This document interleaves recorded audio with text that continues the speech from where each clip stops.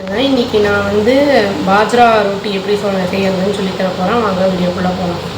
பாஜ்ரா வந்து நம்மளுக்கு இந்த மில்லட்டு, அதாவது கம்பு அப்படின்னு சொல்லுவோம். எல்லா கடைகள்லையும் கிடைக்கும், சூப்பர் மார்க்கெட்லலாம் கூட கிடைக்கும்.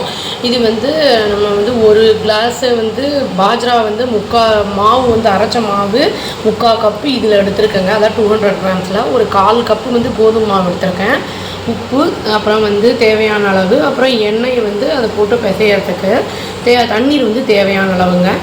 இப்போது ஒரு கப்பு நம்ம மாவு எடுத்துருக்கோம் இல்லைங்களா, அதுக்கு வந்து 1/2 கப்பு தண்ணியை வந்து போட்டு பிசைஞ்சிக்கலாம். நம்ம கொஞ்சம் கொஞ்சமாக தண்ணி ஊற்றிக்கணும்.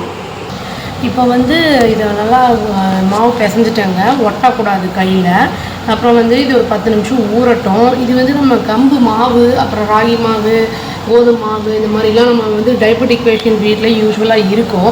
எப்பவுமே தோசை மாதிரியே சாப்பிட்றதுக்கு ஒரு நாள் இந்த மாதிரி, ஒரு நாள் இடியாப்பம், அந்த மாதிரிலாம் பண்ணி சாப்பிடும்போது ஒரு சேஞ்சாக இருக்கும்.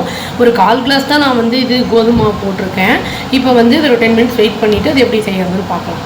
அதை பால்ஸ் பண்ணிவிட்டு டஸ்ட்டு பண்ணி உள்ளே வச்சுருக்காங்க. அது அப்படியே மூடி வச்சிடலாம். ஒன்று மட்டும் எடுத்திருக்கேன் நான். இது வந்து கோதுமை மாவு எதுக்கு போடுறோம் அப்படின்னா வந்து இது சரியாக வந்து வெறும் கம்பு மாவு மட்டும் போட்டு பண்ணால் செய்ய வராது. கொஞ்சம் வந்து கோதுமை மாவு கலந்துருக்கேன் நான். இப்போ இதை மூடி வச்சுட்டு நம்ம சப்பாத்தி செய்ய ஆரம்பிச்சிடலாம்.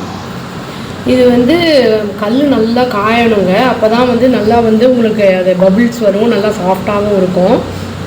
இப்போ வந்து தவா காய போட்டுங்க, நல்லா காஞ்சிருச்சு. இப்போ 1 by 1 போட்டு எடுத்துடலாம். பாஜ்ரா ரொட்டிங்கிறனால தான் இந்த கலரில் இருக்குங்க, ஒரு மாதிரி ஒரு ப்ரௌன் கலரில் கலந்த மாதிரி. இதுக்கு வந்து நம்ம பாலக் பன்னீர், அப்புறம் வந்து இது பன்னீர் பட்டர் மசாலா எல்லாமே சாப்பிட்லாம், நல்லாயிருக்கும்.